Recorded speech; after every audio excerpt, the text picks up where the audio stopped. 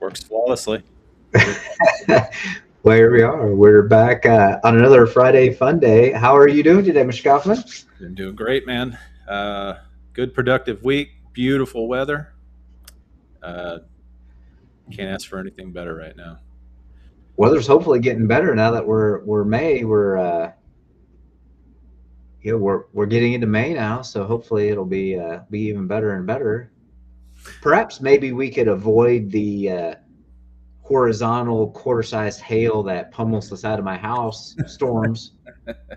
Yeah, The rest of the spring that'd probably be okay, but which is both of our vehicles, my vehicle and my wife's. So we've got claims in on that. But the good news is, and I'm showing my age right now, the hummingbirds have returned. We've got hummingbirds crazy.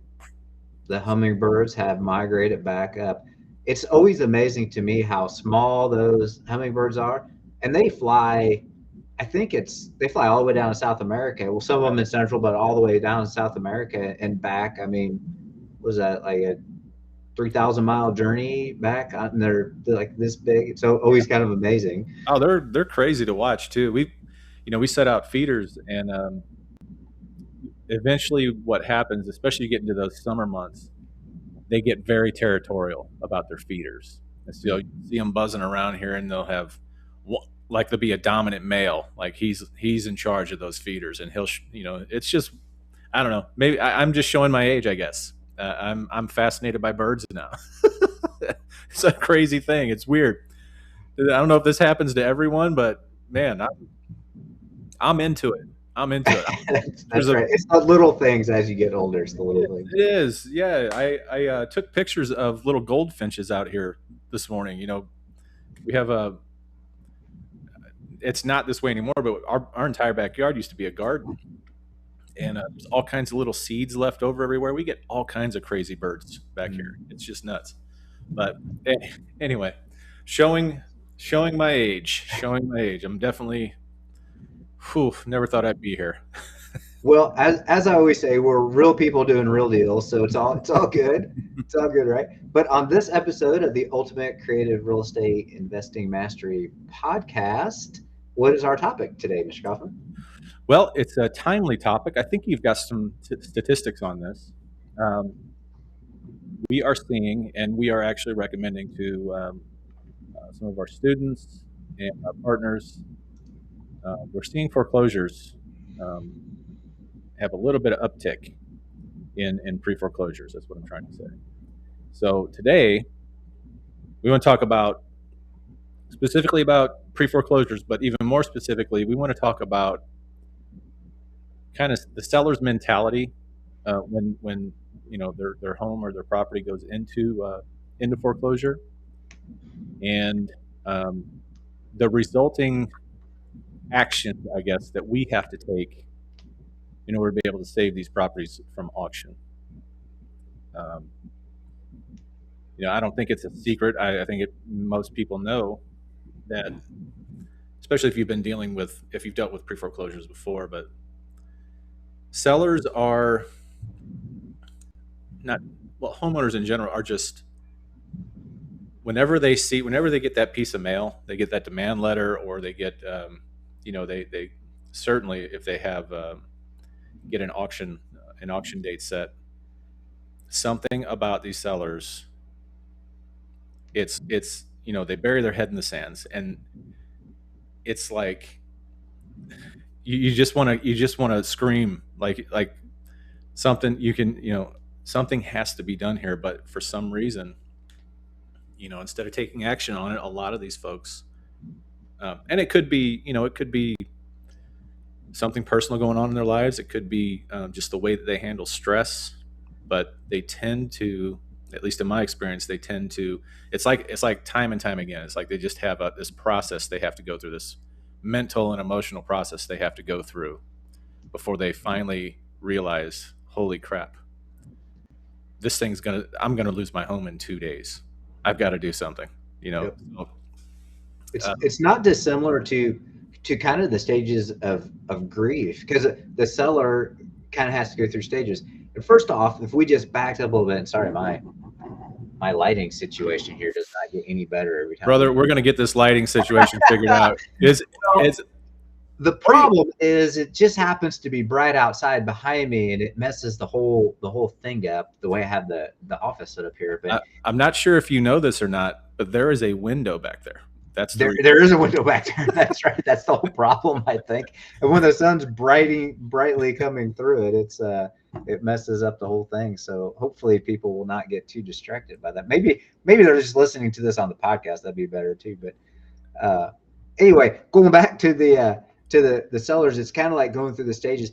And by the way, many banks, although in your agreements, in your promissory notes, and in your deeds of trust or your mortgages, they can actually start the foreclosure process after 90 days of missed payments, right? Late payments after 90 days typically, but many do not until 12 months That's right. of missed payments, right? So just as a note, so now from our perspective, our mindset in there, the seller's been in arrears probably for 12 months or more before they're actually getting these notices. Could be. Could be. Could be.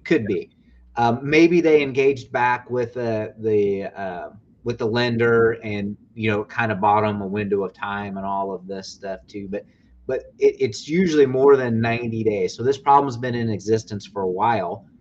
And like you said, maybe it started, the company downsized and I lost my job, and I couldn't find another job for 6 months, and I got late, and the job I did find pays me 50% as much, all kinds of different stuff. Yeah. But the seller goes, like you said, it's the I'm not going to worry about this right now stage to, oh shit, my house is literally going to be sold at auction 2 days from now or a week from now, right? That's that small window. Yeah. And just going back to your statistics of why we think this is a timely topic. So Q1 2026, right? So from January to March 2026, saw a 6% increase quarter to quarter over the previous year. If you just look at the months, March 2026 had a 28% increase in foreclosure filings from the previous March. So the year over year, month to month is getting bigger and bigger. The percentage increase is getting bigger and bigger as we're tracking through 2026. We expect that trend to continue for a lot of reasons, right? And these are actual foreclosures getting ready, right? Filing the foreclosures. They're in so we call that's pre-foreclosure. They get the notice, it's going to the auction. That's pre-foreclosure. That's the window that you have. And that's different depending on what state you're in about that window of timeline. Like here in Missouri, it's only 20 days. Yeah. Right. So Can be. it Yeah. just depends on where you are and what state and what that window is too. But we are seeing an increase for sure. In fact, it's the biggest increase in the most foreclosures filings since, hate to say this, right? Say it. Since the great I like to call it the housing reset back in 0809. Yeah. So it's been quite a while since they've seen this uptick. Now, there's always foreclosures. Let's just take it away. There's always foreclosures. There's always people that go into default for a variety of reasons on their loan. That always happens. And the banks, a lot of times, slow for a variety of reasons for, their statements, their bank statements on the book, depends on the time of year. There may or may not be aggressively going after the foreclosures for various different reasons. Yeah. Right. But I guess for a variety of reasons now, they are starting to do that, right? Like all these adjustable rate mortgages that people got at 3% and 4% and 5%, they're adjusting up to 6, 7, and 8% now. That's a big jump for a lot of people, depending on the price range. So there's a lot of things going on right now that are contributing to that. Yeah, I wish I knew the secret too. Maybe it could be, like you say, it's a variety of things why they're holding on to these things for so long, or why they have been. And maybe it could be anything from, they have to plan taxes as well. These lenders and these companies. So there's no I don't have the secret to why they do that. Um, could be just purely volume. They can't handle the volume. They have to pay the taxes on that.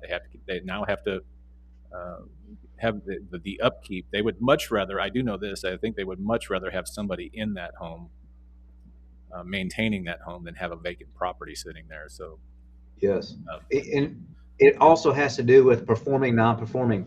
yeah. So under, and I don't know if this is law or if it's just banking regulations and guidelines, but there's only a certain percentage of their loan assets that can be non-performing at any given time. That's one of the reasons why banks go under, Mm, right? It's because their non-performing assets have now exceeded a level that is acceptable by the, I presume by the government demand, call them demand, acceptable by the man. That's one of the reasons all those savings and loans went under in the late 80s, was just because of that. They just had too many non-performing assets and they couldn't make it work. So yeah.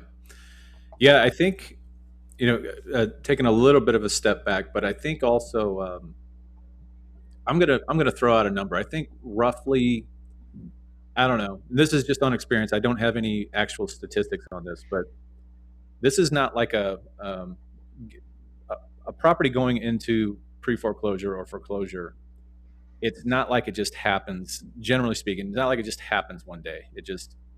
It seems like a lot of these folks that we talk to have, like what you were saying, they're dealing with the bank. They're calling it. They're calling them up. They're getting loan modifications, and which, by the way, if you're a subject to investor, is a fantastic. mm-hmm. It usually works out in your favor. Yes. And I don't know what that. I would say probably 30% of those folks, conservatively, have dealt with the bank. It's not like it's just, oh, I lost my job, I'm losing my house in 3 months type of thing. So it just can be a process, both legally and mentally and emotionally. It's just and I guess what I'm trying to say is it can kind of explain their actions and their reactions to um, how they handle this situation. You know what I mean? So, um, but I'm telling you, all too often, as it happens, all too often, probably more times than not, more times than I can even count, this happens. They generally are going to wait till the last minute to reach out for help from anyone other than the lender. And I have said this, I have preached this a million times. When this happens, you generally are going to have a very, very short timeline to get this done. Very, very short. And so what we recommend to our partners and our students is, if you get one of these and it's a hot deal, it's a good deal, you must drop everything that you're doing. If you're particularly if you don't have help, if you're like a solopreneur or something like that, um, you're going to have to drop everything you're doing to get this deal done, because I mean, it provided it's the most important most important thing you got going on at that time. Um, these things happen super super fast, especially in the non-judicial states like ours. Non-judicial states, like I said, like you mentioned, I have seen them go after that 90-day period. You get 30-day late, 60-day late, 90-day late, and then boom, within 20 days. I've seen it happen in 20 days, where once they hit that 90 days, that house is sold. Yeah. So you got to move fast. You got to be willing to put in the work. And honestly, this is where we get paid. This is how we make money on these things, while also helping the seller, of course. But yeah, it's you just got to move fast. There's time. Time is so precious when it comes to foreclosures, and Yeah. I've literally been. In fact, my very first deal, I think I've mentioned this before. The very first deal that I ever did was a subject to deal, and I was sitting in the foreclosure trustees parking lot when they opened. I watched them walk into the doors and handed them a check to stop this foreclosure. And I mean, that's how important it is. You got to be you've got to be on it. Yep. And can we just say, so sometimes we take things a little for granted, especially with these pre-foreclosures. And so in order for you to be helping the seller, you got to be marketing in pre-foreclosures. So, Right. so that's Right. the one, like, we're just going to assume you need to target directly those that are in pre-foreclosure, right? And we've got some great marketing things. In fact, that's shameless plug one for the day. Where is our, there it is, start generating leads.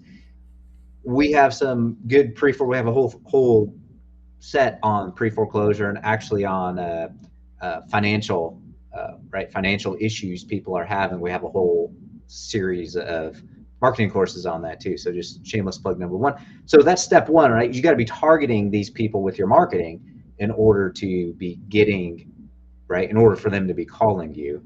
I mean, maybe word of mouth, and there's one or two that are just by sheer happenstance, but you have to be doing some marketing. So that's thing one. You have to be finding these people, and then you have to be ready to go, like you said.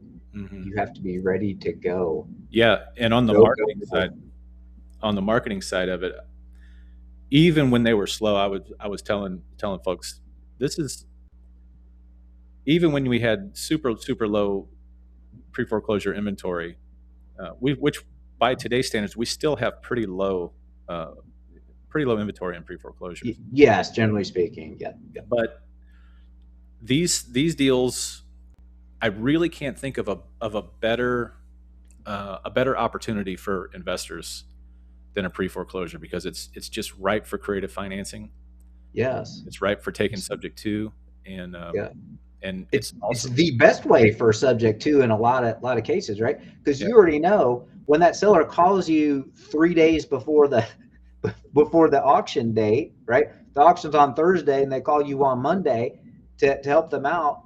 Well, that's a sub two deal right away because you already know it's in arrears, yeah, right? So that's a sub two deal waiting to happen right there. yeah. It's I don't know. I just think that, and that's exactly, in fact, we've done a couple deals like that Yep. recently. Yep. That literally, that's what happened. I got a call on a Monday, and Yep. that thing closed on Thursday. Yep. And that takes, on your part, on the investor's part, that takes a little bit of know-how, obviously, but also it takes a lot of action. I mean, particularly, I would say that the key to getting that deal done so fast is you've got to have a title company in your pocket that Yep. is just, Pocket title I mean, company. it takes some repetition. It takes some, it also takes you, we've mentioned this before, it takes you, doing what you say you're going to do. Um, but a good title company that knows you and that knows what you do, they have an awareness, like the title company we work with, they have an awareness. They even know our documentation. They have our Yep. documentation on file. Yep. They have it there. Um, if I ever have to make an amendment or something, I can call my title company and say, we have to change this and this and that. And sometimes they will actually make those changes for me and send them back for me to sign. I mean, that's how good of a relationship we have with them. And so that is going to be a key component into these pre foreclosures and getting these things closed super quick. So Yep. if you're not working on that right now, I would recommend building that relationship with a really good title company, because you're going to need a title policy. You're going to want one. Yep. Just, if not For for sure yourself. in those situations, because Yeah. what if there's other liens, Yeah. right? What if they stop paying, like the devil here in the St. Louis area, the Right. Metropolitan Sewer District, Yeah. MSD, and so they probably they could have stopped paying more bills, so there could be other liens. Definitely have to run that through that sub two deal through. Well, Yeah. you should be doing it all the time, but for sure in a situation like that, so there's no unexpected surprises. But Yeah. yeah, going back to what you said, you got to be ready. You got to be ready with your documents, right? You got to be ready, especially if you want to do a sub two deal. So I just put the sub two documents package on there too. And that is, every time I see that price that goes on there, man, that is a really good price for the documents you're getting. It's like the package we actually use, so that we know it works in there too. So Yeah. that's a good package. But also, if nothing else, you should always have like a power of attorney document, authorization to talk to the lender, just for they say. I mean, if you're going to buy cash and it's not a sub two deal, like you're just going to buy it out or whatever that looks like for you. These are great for sub two deals. Like I wouldn't like, why spend all your money buying it outright when you can subject to it if the numbers work. We're assuming it's probably a reasonably good interest rate, better than 6.5 to 7.5 that you get today, right? So you got to be ready to go. Always have that document. If you don't have the sub two document package, well, you should get it, number one. But number two, if you don't have that, always have that power of attorney or that authorization to talk to the lender so you can see exactly what the situation is in the rears. Especially because, as you mentioned, exact point, like you said 30% maybe of the sellers have actually contacted their lenders about what can be done.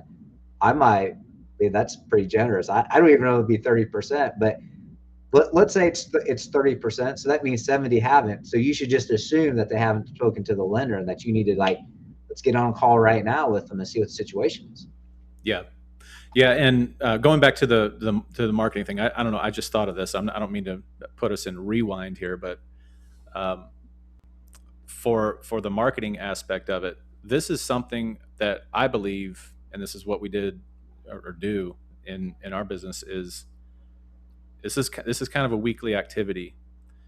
We have some little tips and tricks on on how we're going to get to those first, because once they hit, if a foreclosure hits Zillow, it's almost too late. The competition is just going to be so great. You're going to have uh, agents that are just going to be pounding these people constantly. The sellers are going to be, their phones are just going to be ringing off the hook. But I think that this is something that is personally, how I manage it is it's a weekly activity. Every single Monday, it is pulling a pre-foreclosure list, and this is an opportunity. I don't door knock. I don't like to door knock. It's never been my thing, but I will pick up the phone and call. Um, and worst case scenario, I mean, we've all got this automation. We've got these texting tools and all this good stuff. Um, but you have to be willing to reach out to them, and uh, they are initially they're not generally too pers- what's the word I'm looking for, um, perceptive, I guess is the word I'm looking for. You get a lot of angry people. They're embarrassed. They're overwhelmed. They don't know what to do. And then all of a sudden they get this influx of these phone calls and these text messages. It is a very, very hectic time for them. And so the key to this, I'm trying to get to this point. The key is persistence on this, not overwhelming, Yeah. blowing up their Not phone. being an asshole, right? Yeah, But yeah, not being an ass in the persistence, but yeah, yes, being persistent with, I can actually help you out. yeah, and conveying it in a way that is, and it's got to be truthful. It's got to be sincere, um, and that is helping them first. Period. Helping. I mean, because you got to think. Let's put yourself in this situation. You got to think they're going to lose their home. It's happened. It's happened to me many times. They don't have anywhere to go. They don't have Yep. anywhere to go after they lose their home. So oftentimes, and this is where you get paid as well. You get paid by accepting the risk of dealing with the post purchase, or after you buy the property, after you buy it subject to, or however you're going to buy it. There's a lot of times there's a lot of risk involved because they have nowhere to go. You either have to help them find their next home, um, and in some cases you may have to lease back to them and be willing to potentially lose, maybe even have to evict them. It's a brutal business sometimes, but um, that's kind of the deal, and it's not comfortable to have to do that type of stuff. Um, but you've got, if you're taking all the risk on these deals, then you're going to have to follow through with the agreement that you reached with the seller. And by the way, no handshakes in this deal. It's got to be well documented. It's got to be in writing. Yes. If you're going So to do a lease back, if you're going to lease back to that person, it then has you to have be, a lease. Oh, you must have a lease. No must have a handshakes. lease because you can't evict them without a lease. Yeah, and So it's yeah. boy, Well, I I'll mean, tell you you can, that, but let's just say that having the written lease makes your eviction process a whole lot yeah, smoother. and if that goes to court, I mean, there is a decent chance that you may have to exit that deal in a way that you did not foresee at all. Because generally speaking, it could happen that a judge might look at that situation and go, well, number one, you're predatory. Number two, they've got a ton of equity in this thing potentially, Right. and they need to be paid more, or they need it could just go wrong. You need to have your documents. You need to have, if you're going to do a lease back, make sure it's a solid lease, like you would apply to any other um, renter or lessee. Yep. And that's the last thing you should be doing too is leasing back to the people. What the preference, right, would be just to pay them walking away money, That's right. right? Pay them walking away, pay them $5,000 to get a new place. Yeah. Help them find it. Help them find the new place. Yes. That's Get the moving truck for them. Yep, absolutely. Whatever that is, that's much preferable to having them stay in the place. The Yep. reason they didn't get out or do anything is because they have the emotion attached to the place. Get them out of the place. Yep. Right. That's the only way. You have to do that smoothly in a way that's going to be beneficial to them and to you, right? The lease back, although we did one not too long ago, which I was less than enamored with. It worked out fine, mind you, by the way. But I was listening. I was like, we're letting them do what? Like you probably saw the look on my face when he bought it. I Like feel what? that's No, let's not do that. But sometimes you have to because of the timeline is so fast. Also, too, take a step back and look at the timeline. So the foreclosure date is set, right? So let's say that's a Thursday. It's a lot of Thursdays here in Missouri. So that's a Thursday. They call you on Monday. So you have to stop the foreclosure from taking place. That does not mean you have to close the deal. That just means you have to stop the foreclosure. So that means you have to make the lender whole. What's the arrears? Like what is the dollar amount to make the loan current? And as you said, that can be made current by sending the payment directly to the lender, to the trustee, depending on what stage that's in, to the trustee that's running the foreclosure for the lender, whatever that looks like. So that's piece one. But now you're in it, right? Now you've got your cash in the deal. Let's say that's 20K. You've got your cash in the deal. So you better fast and in a hurry close that. Like we would recommend closing it the same day. Like we're going to get it out of auction. We're going to get all this paid and let's close this as a subject to deal, right? At the title company, Wednesday or Thursday morning before it hits the auction or whatever that looks like. Let's close it fast. But you could close it in a week or 2 weeks while you're getting them out of the place. Mm-hmm. Right. So just keep that in mind. Yeah, I would say, excuse me, this is something that we've done as well because, well, I'll just give an example. We had one seller in a condo, and it was uh, she liked to collect things. Let's just say that she liked to collect a lot of things, and so there was no way. We had to organize a clean out. We had to organize getting her into another place. All of this good stuff. Meanwhile, her foreclosure was happening in a week's time.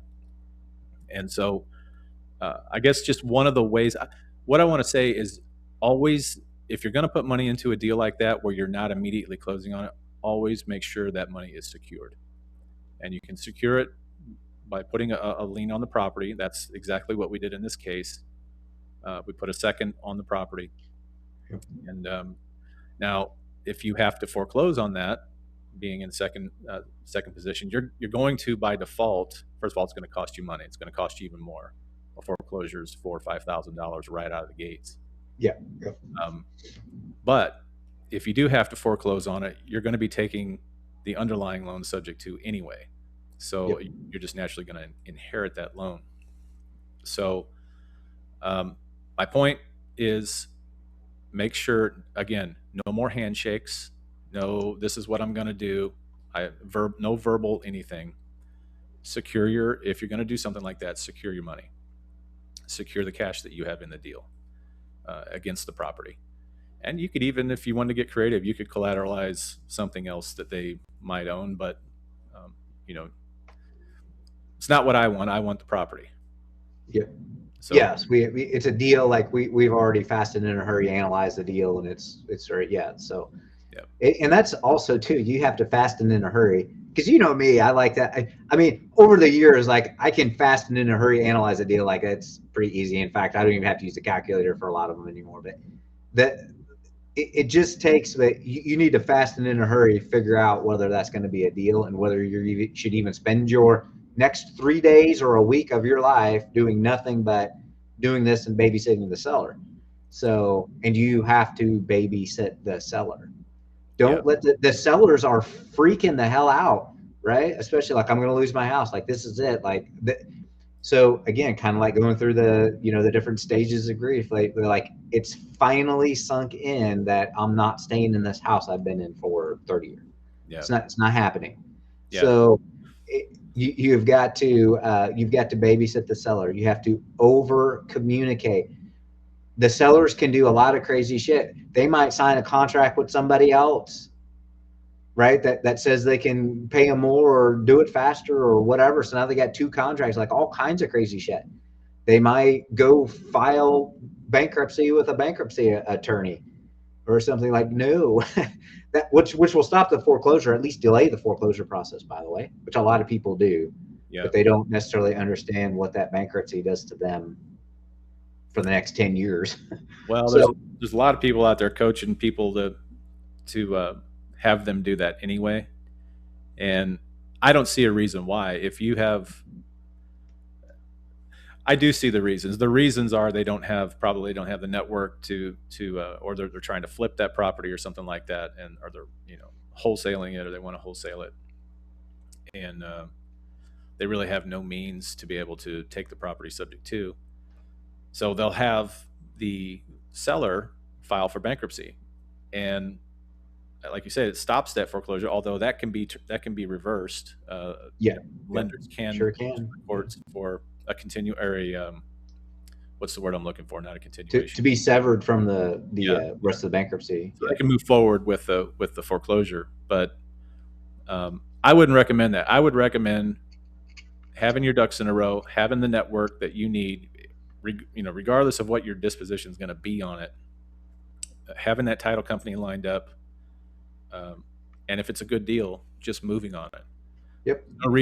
There's no reason to put them through a bankruptcy filing, because that's going to cost money as well, and in a lot of cases, you're going to pay for that. So why not just close the deal? Why not just pay the arrears and get the deal done? Yep. So, and if you don't have that cash, again, this is where your network comes in. If you don't have that cash to pay those arrears and bring that loan current, this is where private lenders come in.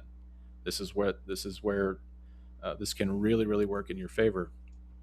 And I mean, many, many, many times uh, we have funded folks both in our program and outside of it.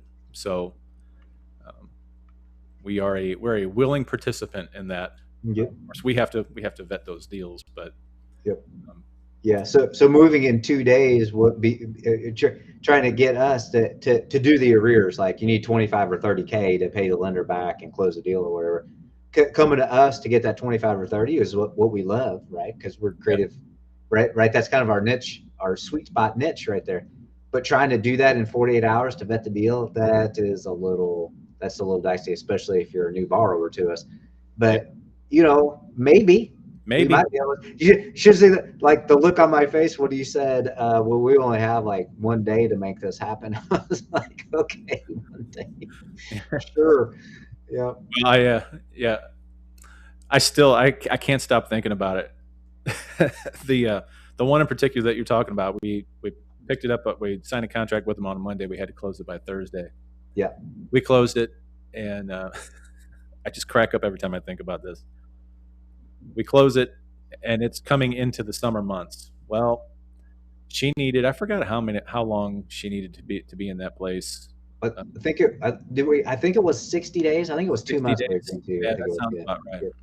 Yep. She calls us up, uh, and she calls me about her air conditioning, which we now own. She's renting it from us.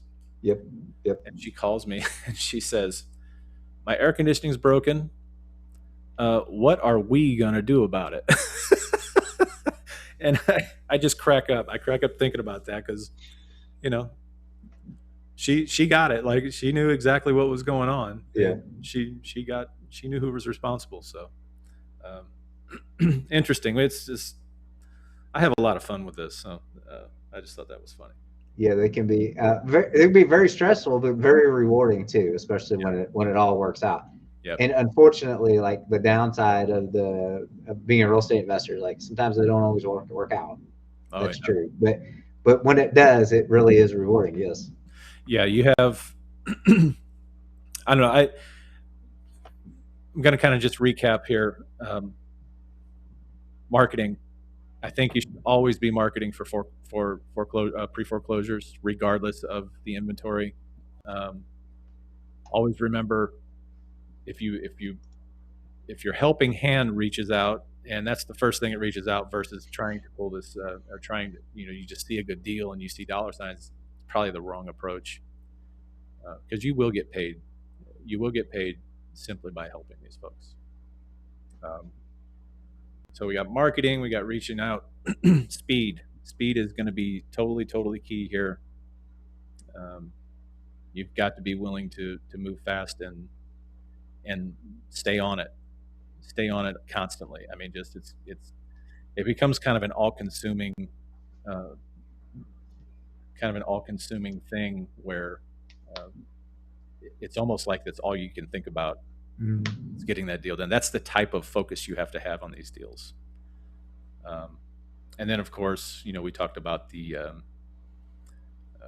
post sale or the post purchase of the property where you might have to deal with some situations that uh, require you to allow the seller to stay in the property. And I don't know about have you I don't know. We've both been to a million different seminars, and Mm. it's time and time again. We're told that it's inadvisable to allow them to stay in the property. Sometimes it's just not. It's just unavoidable. Sometimes you just have to do it. Sometimes the circumstances are such that you really have to consider it for very short period of time, like 30 days typically, or like you said, sometimes you might be able to negotiate the timeline yourself from closing. Okay, we stopped the foreclosure sale, but we're going to close in 2 weeks. And what do you need seller to get out of the property? Yeah, Like yeah. in that time. Again, that's your helping hand uh, is still extended all the way through that whole process. You have to be willing. Just because you got the deal, you purchased it, preferably subject to, doesn't mean you stop helping. Yep. In fact, it's not over until that person is off and in their new place and comfortable and totally happy with what has transpired. Yep. So, Yep. And there are others talking about your guru people. There are gurus that say buy the house and then just lease it back to them. I don't quite have my head around that logic because if they couldn't make a mortgage payment, why do you think they're going to be able to make your rent payment? yeah, Like it doesn't. I mean, okay, maybe it's a couple $100 less, or maybe it's the same, or whatever that is. Like why? That's never made any sense to me. But yes, you're right. Sometimes you may have to for a period of time, depending on what the timeline looks like and your state requirements and all of that too. You might be in a position, but always have good documentation and always have a lease. After you take the title and the property's deeded to you, and they stay for 1 minute after that, that's a lease. Yep. right? That's a lease agreement. So make sure you have that in writing. Yep. Yep. All right, my man. I don't have anything else. I think Oh, I guess if you guys have any questions or any comments, you can leave them in the comments in the video if you're watching this. yep. Um, we generally answer those. So, Yeah, we do respond. yep. All right. I think that's going to do it. Well, have a great week, and we will see you next time. All right. Take care, guys. See ya.